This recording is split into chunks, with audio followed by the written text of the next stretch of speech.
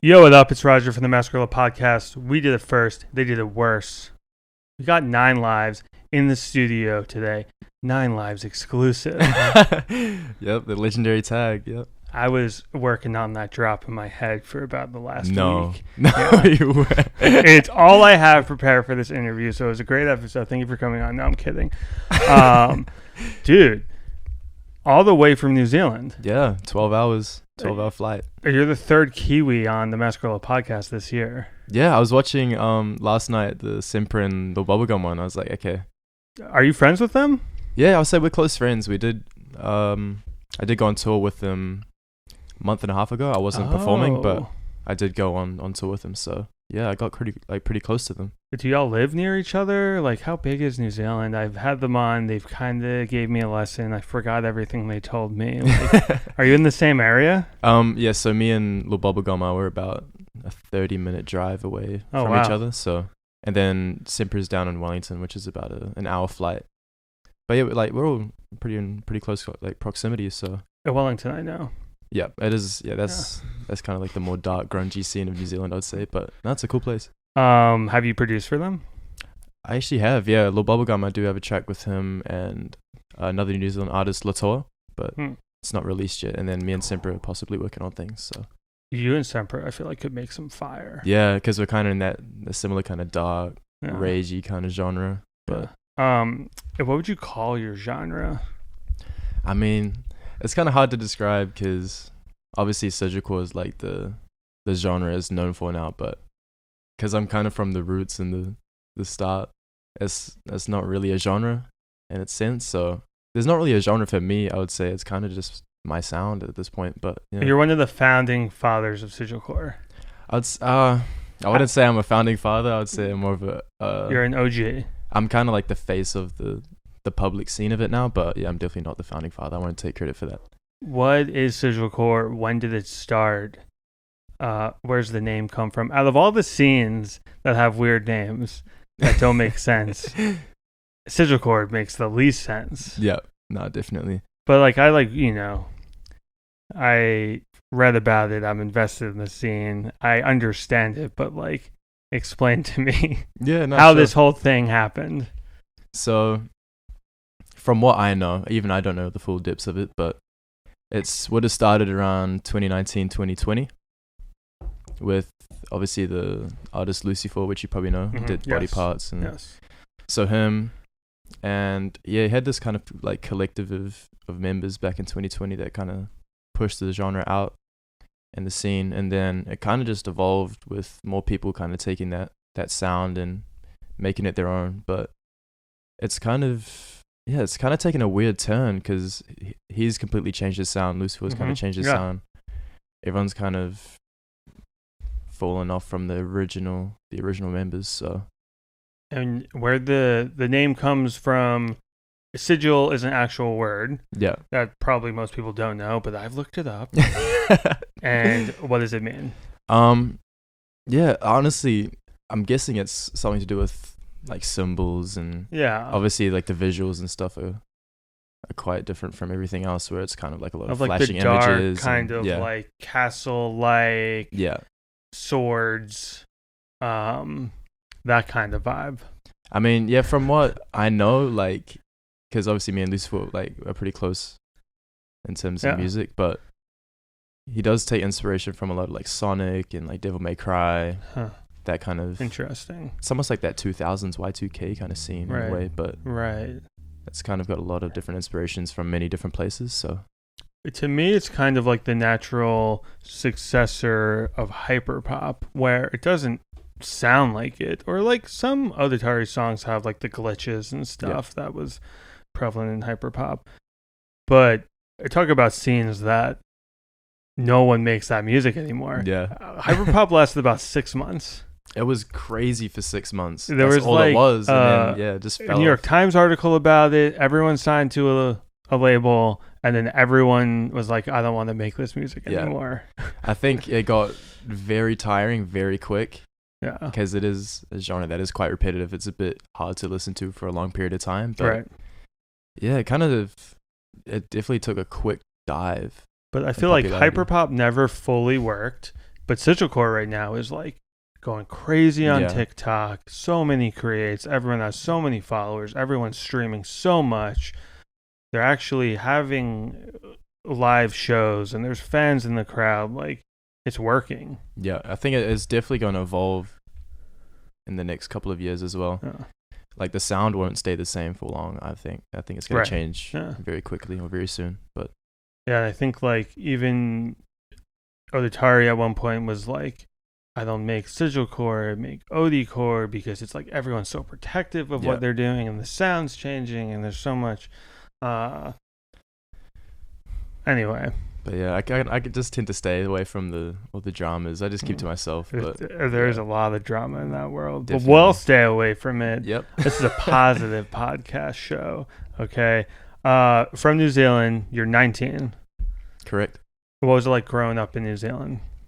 Well, I was born in Melbourne, so I kind of grew up half and half. if you would say that. How long were Yeah. you there? I was there for 5 years, so from birth to 5, and then moved to New Zealand 2009.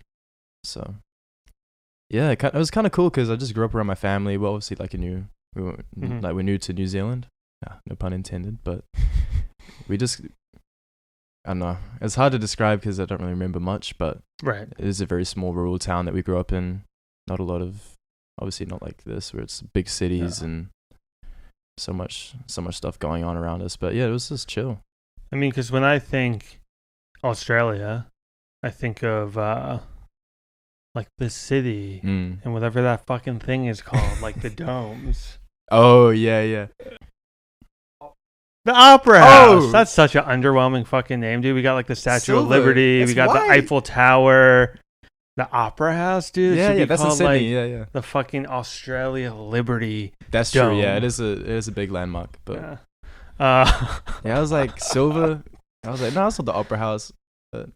But there's like a lot of countryside. Oh, Is the whole roundabout point. majority I was of New trying to Zealand is make. countryside. Yeah, Yeah. I'd say Auckland, where I'm living at the moment, is like the only city place. Everywhere else is kind of pretty rural, pretty chill. A lot of like beach towns and coastal areas, Right. but because I grew up on a coastal town, so. But yeah. Were you like hanging at the beach? Were you surfing? Were you skateboarding? Yeah, I was a surfer kid. Yeah? Yeah. Oh, if you can call bodyboarding surfing, but Bodyboarding. I did is- longboard as well. That was fun. Oh, that's But sick. yeah, I grew up surfing and with my dad. Nice. Then yeah, I kind of just quit, and as soon as I moved up to the city, there's not a lot of beaches around where I'm at. So Yeah. That's Yeah. like in my scenario. I'm from this place called Long Beach, New York. It's Oh, a beach dope. town. Grew up surfing, and then I moved to LA. I was like, oh, I'm going to surf here. But I live like in 45 minutes away from the beach Yeah. in traffic. And it's like, no, I'm not surfing anymore. It's been years. fair. Uh, I do want to get back into it though. It is super fun. It's like I therapeutic. gotta It's so get back relaxing. into it. Yeah, I love the ocean. Mm. So at what point did like music come into the picture? I've always been around music as a kid. Like my dad, he plays the keyboard, so I've always been around like chords, and that's kind of what fascinated me at first was chord progressions and like just the way it makes you feel. Yeah. And then started playing drums when I was about 4, Oh wow. and then I think it's been 12 years that I've played the drums. So Wow. yeah, and then I'd say the music production side definitely started in high school, like around the COVID era. So maybe 2019, 2020 is when I started getting into it. And then It's like everyone I interview is like COVID, yeah, pandemic, I feel lockdown. like, yeah, it was definitely That's a when I big started. event for like creatives because it's like Yeah. they can just take all that time to just focus on their passion. How old were you in 2020? What's the math? You were like 15 or 16? Yeah, I'd say 16. So you're like a sophomore in high school or whatever they call it on the other side of Yeah. the world. You're in grade. We have you were in years, grade 10. So yeah, we have like primary school, then intermediate, and then high school. So primary school's like usually it's called year 1 to 5, and then Okay. intermediate's year 6 to 8, and then high school's year 9 to 13. But Right. That's the same thing here then. Or 13. 13 you usually end when you're about 17 or Okay. 17 or 18. Yeah, that's like the same thing in America, but I think your senior year would be like year 12. But Yeah. so you're in year 10. year 10, the pandemic hits, and you're just like, I'm gonna learn how to produce. Yeah, I mean, like, to be honest, everyone in my class was like, I don't want to do like Zoom calls. Right. No one wants to do Yeah. online school, especially because it was like so new to everyone, including the teachers and the school itself. It's like no one has any idea what to do. Yeah. So we're like, no, music it is. Well, for me anyway. It was a weird time. It was dangerous. It Yeah. was exciting. It was depressing. It was It fun. was definitely a mix of emotions. Like when we first heard the announcement, we're like, oh, we're not gonna have to go to school Yeah. anymore. And then like after a week, you're like, damn, this sucks. The first like few weeks when no one knew what was happening was kind of exciting because there weren't that many like cases yet, and not that many people were dying, and it was like, oh shit, like I'm gonna stay in my house and I'm gonna like drink, and I don't even smoke cigarettes, but I'm gonna smoke cigarettes because it's like the whole world shut down and we might all die maybe, and like, but then like after like 2 weeks it was like it's like maybe I should pick up a hobby. And then a lot of older people started baking bread, which was like a really popular thing. Yeah. But all the young kids were like, I'm going on Discord and I'm learning how to produce. Exactly. And I guess that's my around story, when like hyperpop started too. Definitely. What kind of music were you listening to at the time? Were you into underground stuff, or were you into like radio stuff, or? I think, honestly, it was COVID that got me like into that rabbit hole of SoundCloud and underground. But what were some of the first artists that you found on like the underground SoundCloud? Definitely, I would say it was kind of like that Eric DOA, Glaive, kids like Kuru. I don't know if you know him. It was kind of like the face of the hyperpop scene at that point, and I was like, damn, this is dope. And then it kind of evolved into more like trap hyperpop, and then it kind of, I guess the trend kind of went back to trap again. But like prior to that, you weren't like, oh, I'm into XXX or I'm into Juice WRLD or I'm into of course I was into those. Yeah. I mean, everyone has this in that 2018, 2020 period. Everyone's definitely heard of that. It was like the younger era. Yeah. But then when you're finding yourself and you're starting to produce. So what was exciting to you about learning to produce? You are growing up in a house where you're hearing the keyboard and the piano. You're playing the drums. Was it just like a natural progression of like, well, duh, why am I not producing? I already know how to play the drums. I've got the ear for it. Mm-hmm. And then I think the thing that I found most interesting about producing is you can genuinely do anything you want to do. Yeah. There's like infinite possibilities. It's like you can layer things. You can like make a sound completely different with like effects. There's endless possibilities you can do with producing. So I was like, let's see what I can do. But when you started, what was like your first setup? Was it like FL? Was it Band Lab? This is the good old iPad and GarageBand for me. Oh yeah, sick. So I was like making beats in class with my earpods in. You know, I guess you could start somewhere, but is it like when you're producing, you have a beat in your head and a sound, and then you're trying to make it, or you're just like going through packs and selecting sounds and like, oh, that would sound cool with this, and I think I should use that for the kick, or I should use this. Like, which one is it? Yeah, well, or is it both? Yeah, sometimes I do have like a idea in my head, and then I'll try to put it down as fast as I can. But there's other times I'm just mindlessly like scrolling through drum kits and like VSTs and synths, being like, oh, this sounds cool, I'll put this with that, blah blah blah. Honestly, yeah. And then sometimes I'll just have like a TV show playing in the background and be like, oh, this scene's cool, it kind of sounds like this sound, or like things like that. So I kind of just draw inspiration from anywhere, and just whenever I'm bored or whenever I just want to just make music, I'll go and make something. But yeah, I feel like that's the hardest part for me to wrap my head around. And granted, I've been working in music essentially my entire life, and I still can't fully wrap my head around like having a beat in your head. Because like I sometimes have a beat in my head. Yeah. Like, oh, it would sound cool if it was like this, this, and that. I couldn't even imagine trying to get what's in my head to sound exactly like. It fucking blows my mind. Like, no, it definitely it doesn't take practice. It just takes time, honestly.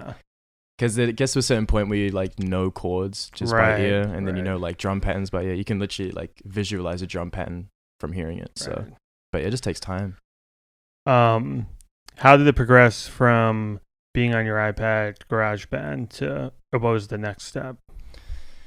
was actually my parents buying me a laptop for my birthday. Fuck yeah. But that's when I was like, okay, I can kind of take this serious, you know. FL Studio is a big step up from GarageBand. You can do so much more things, and it's a bit more professional. What year was that? Was it the same year? 2020, end of 2020, yep.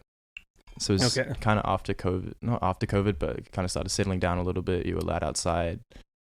And then, I bought my laptop.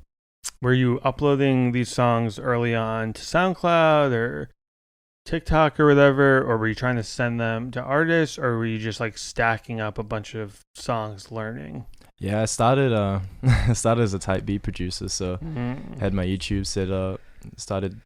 I guess I started with like Kanii and Pia type beats for sure, because that was the shit. Is that where the 9lives exclusive, like it sounds like a YouTube type beat, like where like you hear like 1,000 times? Like, was that the idea? Yeah, because obviously like the idea of a tag is you don't want someone to steal it. Small, you don't want someone to steal it. So I was like, okay, cool. I pulled up like my MacBook notes on my dad's MacBook, and I just did like the text to speech. I just typed 9lives exclusive, and then that's how I got my tag. Please don't steal that. Please don't steal the approach. But yeah. Where's the name 9lives come from? Well, two different things. I do love cats, honestly, but there was a game that I used to play, Modern Warfare 2, and you can choose you can customize like a calling card and your emblem, like the two little customizable features to your profile, and then one of them was just 9lives, and I was like, damn, this is dope, like the design and everything, and I just used that for like a year. Wow. And then I was just like looking through names, like trying to find one, because I had an old name, but I was just not really rocking with it. So I was just like, what can I name myself? And then I saw that calling card like on a random Instagram page or like a post, and I was like, damn, like this is my shit back in the day when I was a kid. Wow. And I was like, yep, that's the one. That's so sick. 9lives, yeah. That's so sick. Like, how long into the process did it take you to find the name and like the tag and everything? Was it like pretty immediate, or? Yeah, it kind of happened like over time. So, but I would say, solid like 3 or 4 months just to get everything like set up, like rebranding and stuff. Right. And so you're uploading type beats to YouTube. Yeah. And everyone listening is going to know what that means. But in case there's someone who has no clue what that means, it means you're producing beats that sound like something an artist would use. Yeah. Hoping people are searching for beats that artist would use. And then you upload to YouTube like Playboy Cardi type beat. Yeah, exactly. And did you have any success? Did anyone lease them out? Did you had like a couple. Them? Yeah. I mean, there was this one time, this guy on Instagram hit me up and he's like, yo, let me use this beat.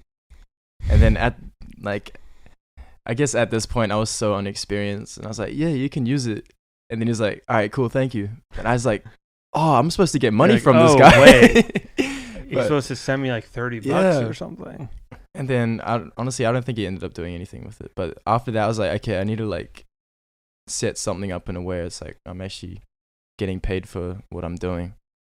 But yeah, I guess type beats they're not really the move, like, because there's so many producers doing it. It's very rare for you to get like solid placements unless. I feel like a lot of the internet money guys, because it was like when it was like fresh, like that like world was fresh. I feel like a lot of those guys came up from it. I know Kanii has used beats from YouTube. Oh, definitely, yeah. I mean, his song I Know, which is massive, that was like a YouTube beat that I had to find the producer. Oh, wow. Be like, hey, hope you haven't sold this beat yet, but we want to put it out in like 3 weeks. Wow, it's I didn't know really that. Viral. I thought it was produced for him. Oh, that's crazy. No, just fucking like all of his early stuff. Like he produced like Attachment and Companion. Yep. I think like him and Bosa produced it together or something. But a lot of his early stuff is just like YouTube beats. Oh, wow. Which we've stopped because, as you mentioned, it's very difficult. I was talking to someone. Who was I fucking talking to? Probably Eam Triplin, I think. Like the song he blew up from is a YouTube beat, and they can't get in contact with the producer, and they put it out, and they've had everyone try. they're like, we have all this money for you. Like, it's in an escrow account. Yeah. Because we don't want to be sued. So, like, everything's accounted for. And just, like, no response. Damn, he's missing out. Oh, no. I feel bad for that guy, to be honest. He must not. Maybe he's fucking dead or something. Because why would you not answer a message? Yeah, I like, know. Dude, I have, like, 6 figures for Yeah, and you. I'm assuming it's from, like, a verified account, too. Like, it would be at the top of It's, your like, request. from, like, everyone. From, like, my understanding. Like, sure, it's Eam, but it's also his label and his lawyers. And they're like, please respond to us. Fingers crossed he's not dead. Hopefully not. I mean, yeah, sign that to his will if he is, man. Yeah. Damn, that would be a lot of money. Yeah, dude, that he's missing out on. Yeah, it was like that first song or something that really blew up. But then there's sites like BeatStars and stuff like that that kind of handle that process for you. So, at the time, did you have one of those? I never had a BeatStars or a Track Train, no. I guess I just didn't really see the point. Because it's like, you know, you kind of just lose motivation after YouTube. Yeah, like you weren't like really having too many people hit you up anyway, and then putting them up on the website to try and like formalize the leasing and selling process was like a step too far. Like, what's the point? And then also there's like BeatStars will take a cut of your money, right? And it's like, is it really worth like all the effort? But yeah, I never really got into like the beat selling thing online. I kind of just made type beats just to put out music, like not really even to sell them. But yeah. So at what point, you're incredibly successful now. It's crazy. What happened? And what was like the first beat you produced that changed it from like, no one's hitting me up, I'm not even trying to lease them out on sites because it makes no sense. Like, how'd this all happen? From what I can recall, it's definitely that Khaos Emerald beat that really set everything off. It's like pretty recent. Oh, bro, it was like, I think it was October last year, so which is like, it's not even hasn't been a year even yet. been a year. Yeah. It's been like 9 or 10 months or whatever. But I think, because that was at the point where I was just like, I'm just going to make beats. Like, not even for artists. I just want to make beats. I want to make instrumentals. I just want to show people like what I can do as a producer. But so the Khaos Emerald, it's such a specific sound. So how'd you go from making like Playboy Cardi type beats or whatever you were doing to like a really curated, specific sigil core, whatever you want to call it, sound? Yeah. What was the process there? Because that era was when Body Parts, that song was going crazy. Okay. And I was like, damn, this is like way different than anything I've heard before. Like the spit up, like song, the chops, all like the different effects that are automated in and out. I was like, damn, this is crazy. And then I just had like a deep dive on like all of Lucifer's like discography, and I was like, bro, this guy is doing so many like unique and different things in his production and like even his vocal delivery. It's like, bro, I need to like tap in with this dude because I know that sound is definitely gonna blow up on like TikTok. Yeah, because that's definitely like that was definitely what it was projected towards. So yeah, it's like made for TikTok. Yeah. So I hit him up on Instagram, or it was like an Instagram live or something. I played him like a beat. And he's like, damn, bro, this is hot. Like, let's get connected. And I was like, fuck, off an Instagram live. That's crazy. But, and then I started making type beats of him. Wow. So I kind of switched like within at least like 2 weeks. But like, were you sending him beats and also making type beats? Yeah, I was sending him. I was sending him beats and then also putting stuff on YouTube as well. But yeah, sometimes he uses beats off my YouTube. But damn. So that's what like turned the chapter in your story. Yeah. And all of a sudden, you have a sound of your own, or not, that's inspired by other artists, but you're not like just doing like a type beats. You're in a community. Yeah. What happens next? Who knows? I mean, it hasn't been a year yet. Anything can happen at this point. But well, I mean, like from that live to like uploading. Oh, from that point. Okay. Yeah. So I was obviously still doing type beats, and then one TikTok editor, I think, just like screen recorded the beat off YouTube, put it on TikTok. Oh, this is how it happened. And then labeled the sound, put my title in it, so because I actually had to hit them up and be like, yo, you got to give me credit for this because this is blowing up like crazy. Like how many creates were made? At the point I was looking at it maybe at the start of this year, and it was around maybe like 30 or 40K. Wow. But then the annoying thing is because the official sound, it's only one sound. Right. But because it was screen recorded and then everyone's doing different edits, there was like probably 20, 50 different sounds. And that it's all like, probably fuck, have like 10K here, 5K there, 20K so you can't really there. gauge the audience because it's so many different sounds. You have to like fucking start like a spreadsheet. Yeah, so I was like favoriting them. Like I have like software that tracks it all. I need so that. if you really want to know that number, I'll let you know. So then you're like, I'm going viral. I need to be like just uploading stuff essentially as an artist, like branding it like to SoundCloud and Spotify and stuff. Exactly. Yeah.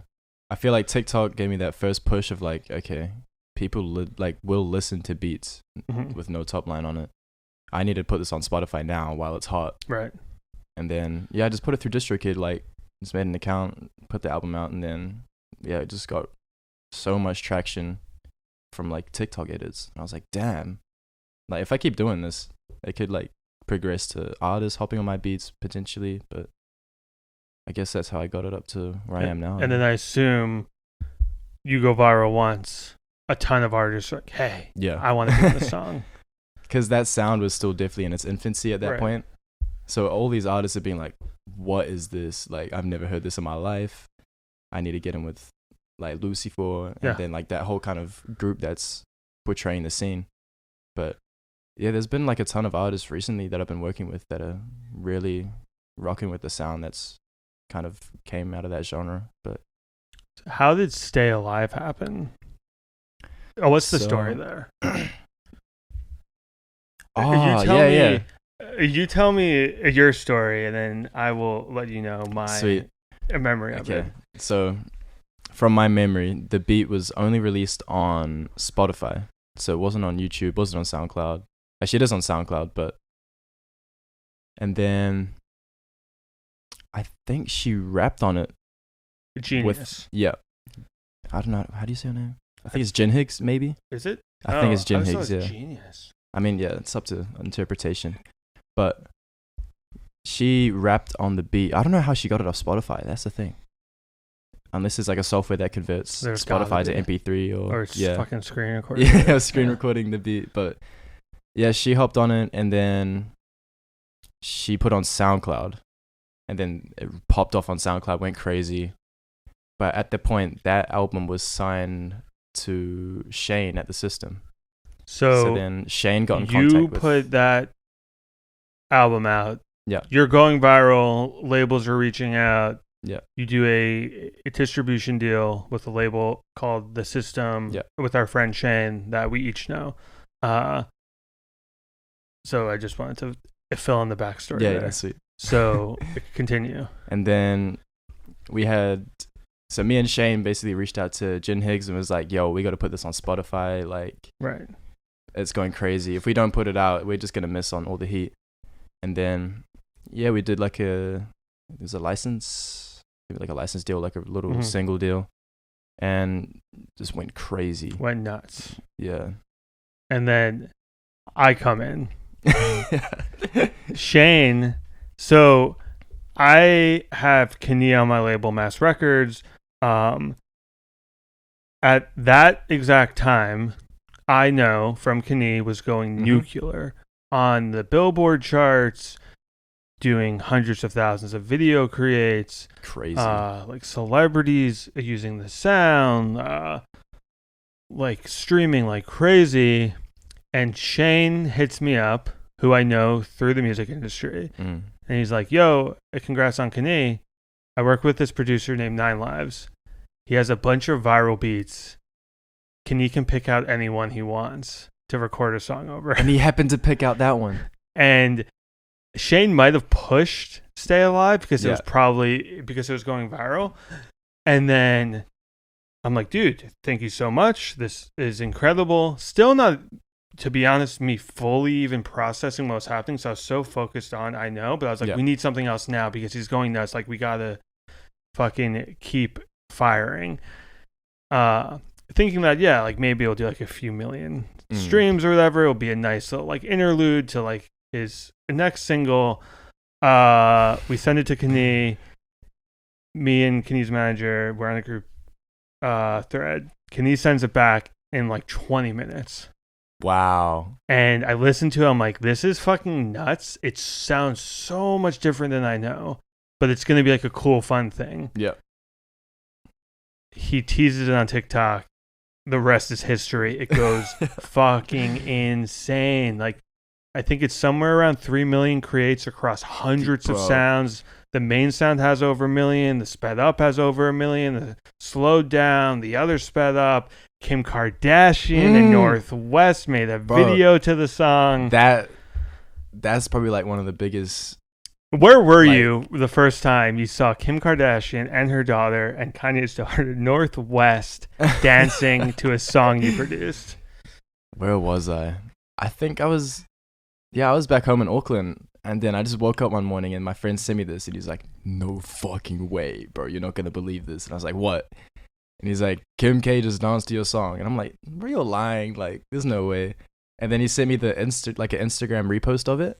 So not from TikTok. It was from Instagram. And I was like, no, this has got to be like a dub over. Like, someone just put the song over, right? Because it matched the dance. And I was like, nah, this can't be real. Went to the official like TikTok of Kim and North, and I was like, no. Dude. And then I hit Kanii, and he's like, bro, you seen this? And he's like, yeah, bro, this is crazy. And I was like, damn. But that's like what kind of cemented in my mind, like, okay, I'm like, I've made it.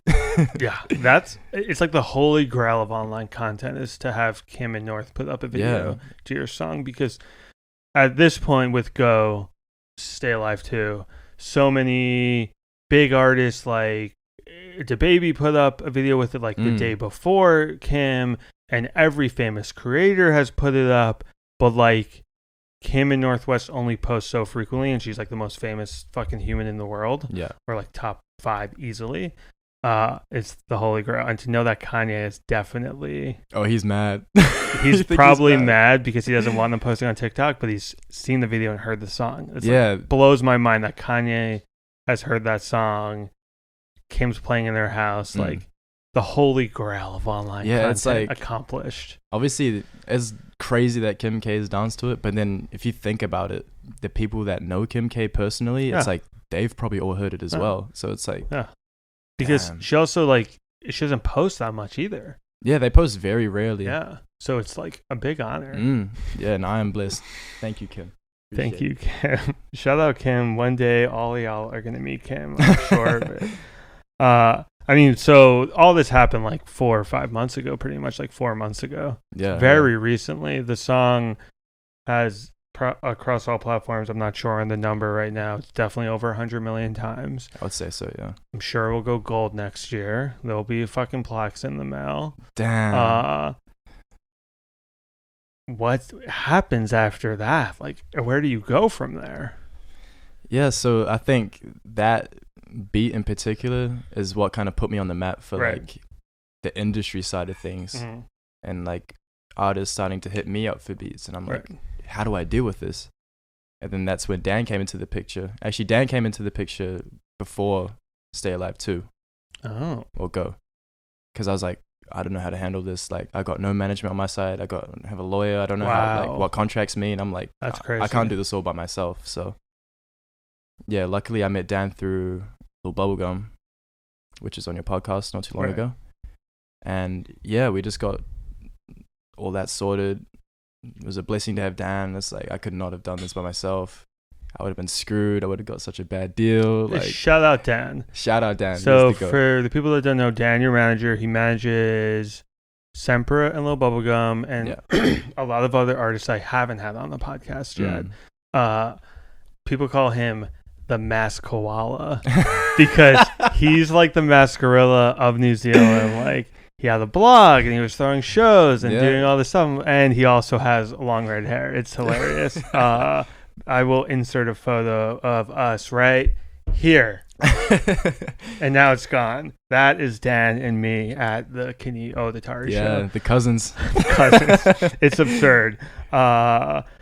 When did Odetari come into the picture? Because the success with Kanii and Go Xtayalive 2 was just the starting point of you going crazy, streaming viral, because you and Odetari have bangers. Yeah. I think from what I can recall, Go and Odetari's kind of tracks were kind of going up at the same time. Yeah. Because he was doing the Jersey Club kind of flip on the sound. And then I think it was management that maybe got us into contact. I'm not too sure. But yeah, we just started talking on like Discord. We're like, yo, what's up? I really fuck with your sound. And he was like, yeah, same here, bro. He's like, send some beats. And I was like, yeah, okay. I just sent like a couple like simpler beats because obviously the Go beat, if you've seen the project, it's like mayhem. Like for a trap beat having like 20 different sounds, it's like, whoa, you got to tone it down. But yeah, I just sent him like some simple beats with the same kind of vibe. And then Reassure Me was the first one that came out. And that went pretty crazy. And then, yeah, we were talking about doing that 3-tape EP, obviously the 3x3 that came out. Right. Maybe less than a month ago now. And those were all beats that two of them I sent to him personally. Or was it one that I sent to him personally, two off my YouTube actually, funny enough. Wow. Yeah. That's crazy. But that's like a full circle moment of like, you being like, why am I even uploading these? No one's hitting me up, and now artists funny enough, ripping them off my YouTube of fucking plays. But the funniest thing is actually, I'm pretty sure Odetari recorded on MP3s and put out MP3s. If I'm not wrong, that's crazy. Because when you drag the file into FL Studio, there's like a gap of silence because MP3s always have a little bit of silence before the audio, and I was like, there's no way, bro. But who knows? Maybe it is a wave, but we'll see. You and him are perfect match. Oh yeah, sounds it's incredible. Perfect together. Yeah. You two are now like the faces of Sigilcore, or whatever you want to call it, whatever the scene is called. Is there like a shit ton of more music you have within in store? I'm sure. Like you got like a lot of stuff on the way. I'm assuming there's a lot of like unfinished stuff, but we do have like some tracks that are like definitely on the way for sure. We just always in contact through Discord, just sending each other ideas and be like, how can we evolve this? But yeah. And you've been coming to America a lot. I have, yeah. I've been 2 times in the past 2 months. So had you been before? No, this is my first time traveling outside of Australia and New Zealand. So it's super dope. It's a whole different experience over here. But where have you been in the US? Only LA? So I've been LA, and then the last trip the first place we went to was Chicago, which was dope. What were you up to in Chicago? Are you allowed to say? It's such a weird fucking place for you to go for the first time. We went to go see the Summer Smash Festival. Oh, right. You guys were at Summer Smash. Yeah, Semper and Lil Semper was also there, but I was with Cemetery. Dope. It was like the next day or something. Sick. Yeah, me and your manager, we were chatting about linking, but our paths didn't cross. Unfortunate, but yeah, I was just given a backstage, so I was just chilling with everyone, kind of meeting people, and it's like, because that's the first time, it's like, bro, everyone like that I look up to is here. It's wild. And I was like, damn. I don't go to a lot of stuff. I go to stuff that the artists that I either manage or sign to the label or whatever that I work with. I'll go to their stuff. But I hadn't been to a festival in like a while, or like I threw my own festival and I went to that one. But going to Summer Smash and just seeing all these people that like online or like you've known forever is like so fun. Yeah. It's like, oh, there's that guy and there's that girl and there's this guy. Yeah. It's like, holy shit. It's everyone's just in this like 50 and then it's such a small radius, and I'm like, bro, the amount of talent here like in such a small place is crazy. But did you meet anyone fun, or did you see anyone fun? Yeah, definitely. The best act, or like the coolest act for me, was that Lil Yachty guest performance. That was like, holy shit. So sick. Because no one knew what was happening, and then I think it was the main stage that he was on, like the biggest stage. Yeah. And then Dan actually texted me like 5 minutes before he was supposed to go on, because no one knew. And he's like, bro, go to that stage. Yachty's about to hop on. And I was like, oh, yeah. I was like running over. Me and Dan, and then the other boys are like, we got to go see this. So, and then, yeah, I'd say like 2 minutes after we got there, we just looked behind us. There's a wave of people. And I was like, bro, we're going to get smashed. Like, we're going to get Summer Smash. But yeah, that was dope. So it was a short set, but You've been to Chicago. You've been to LA. Yeah. Have you been to New York yet? I haven't, no. We did go to Dallas, Houston, because that's where Right. Yeah. Odetari is based in Houston. So, What's your favorite city so far? I would have to say LA, to be honest. Yeah. Just because it's like a big melting pot of like cultures. Everyone. Like everything's here. Yeah. You can go to the beach. You can go to the mountains. You can really go to the mountains and snowboard. You can go to San Diego. You can go to Mexico. You can go to this neighborhood in LA that's like Hollywood and the city and hectic. You can go to this suburb that's chill. If people hate on LA, there's a reason why everything's so expensive and everyone is here, because there's so much shit to do and there's so much culture. Yeah, to be fair, I haven't really experienced much of it, but from what I've seen, it is a really dope city. Well, I'm glad to have your seal of approval, because I'm tired of opening up my TikTok and people being like, LA's a shithole. It's like, stop watching Fox News. Every city has bad areas. Yep. Oh, but I would love getting worked to go up. to New York. New York would be sick. Yeah, I would imagine you're going to be there soon. Yeah. All these meetings you're taking. Oh, the label meetings. Yeah. Good fun. Label meetings, publishing meetings. People don't know what any of that means, but what it means is that you're blowing up and people want to work with you. Yeah. Good summary. Are you excited about it? I am, yeah. Are you stressed? Are you scared? Is it fun? I mean, the stress is kind of taken away now just because Dan's here, so it's like I've got to... Shout out, Dan. Yo, I've got like a support. Getting so much love on this podcast. It's absurd. He's a legend. Wouldn't have got here without Dan for sure. Shout out, Dan. But yeah, just having someone that's really experienced in the industry and being like, okay, this is what to look out for. This is what to stay away from. It's like I've definitely gotten a good grasp of it now. And you also have so much momentum. Yeah. You have numbers on the board where you can have leverage. And definitely. You're not going to sign a bad deal because you're already crushing it. Yeah. But we have had maybe over 10 label meetings now from both trips. But yeah, we're not really like too rushed or like too stressed about it. We're kind of taking our time, being like really sorting through them and being like, hey, which one's the best for us? I mean, especially as a producer, because I get the viewpoint of an artist. It's like, I have like this song that's going viral and like I really need to like pump money into it. I need to market it. I need to do X, Y, and Z. But like a producer, it's like, well, the artists you work with are signed. And like we're promoting Go, and Odetari's label is promoting all his songs, so it's like way less pressure of like everything's gonna fall off a cliff if someone doesn't pour a shit ton of money. It's like, well, they already are, and I'm still making my split anyway. Yeah, I guess like my situation's a bit unique because I am a producer at heart, but I guess everyone's viewed me as a producer artist now just because I'm in like the primary tags and then I'm in the titles of every song. Shout out Dan for fighting for those primary tags. He got me in. He came in clutch, bro. But yeah.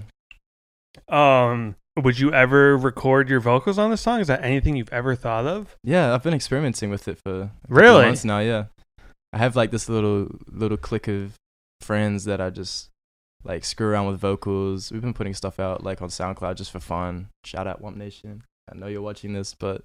Yeah, I gotta hear some of that for sure. Yeah, I'll send you the SoundCloud page for sure. Yes, please. So much is going on.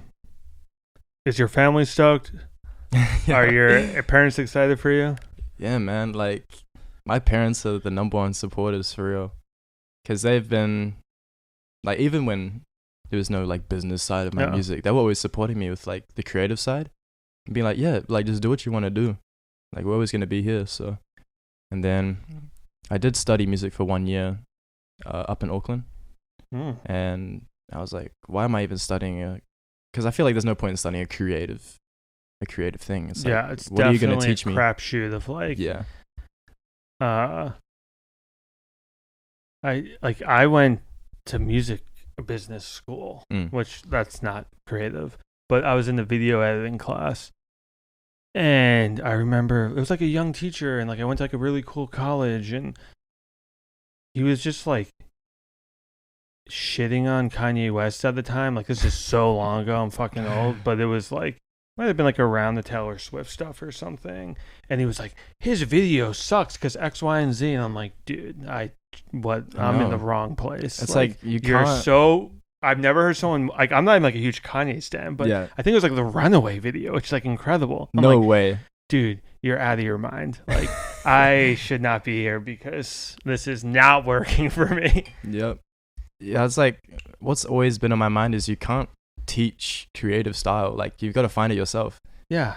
There's no way someone can sit you down in a class and be like, you got to do this and this and this and this to succeed. It's like no. Art, painting, graphic design. Well, I mean, I guess you can learn graphic design, but like fashion style, creative style, you either have it or you don't. And if you don't have it, you can sit in your room and work on it. But sitting in the class and then being like X, Y, and Z is the way that you get to being. It's never gonna work out. Nah. Fuck my college. I'm not even gonna say the name. I don't want to give them the clout. No hate to my college. They're nice people, and their studios were amazing. So. Shout out the University of Auckland. Shout out the University of Unnamed. What advice would you have for producers, artists? They produced one song and they're trying to figure it out, or they produced 100 songs and then they're still trying to make it. What's some advice that you would give to them? I mean, I don't want to sound like every other producer that wants to give advice, but honestly, just try to set yourself apart from other producers as much as you can, because if you just produce the same shit that everyone else is doing, you're not gonna stand out from the crowd. Right. Like, you're gonna be doing the same thing as everyone else. But I think the way to really push yourself and blow yourself up as a producer is to find your own lane and then push it with an artist. Like, grow with an artist, bring them up with you, because that's kind of what me and Jin Higgs did, was because she was kind of like not as big as she was at the time, or like now, right? But we kind of definitely grew up together in terms of like monthlies and just overall popularity. But I think that's the way to go, is find an artist that really likes your sound as a producer, and then find an artist that you like, and hopefully you two mesh together, put some stuff out like on Spotify, and hopefully you grow as a team. But that's what I would say. Incredible advice. 9lives, thank you for coming on the podcast. Thank you for having me, man. It was a pleasure. It was a great one. Thank you.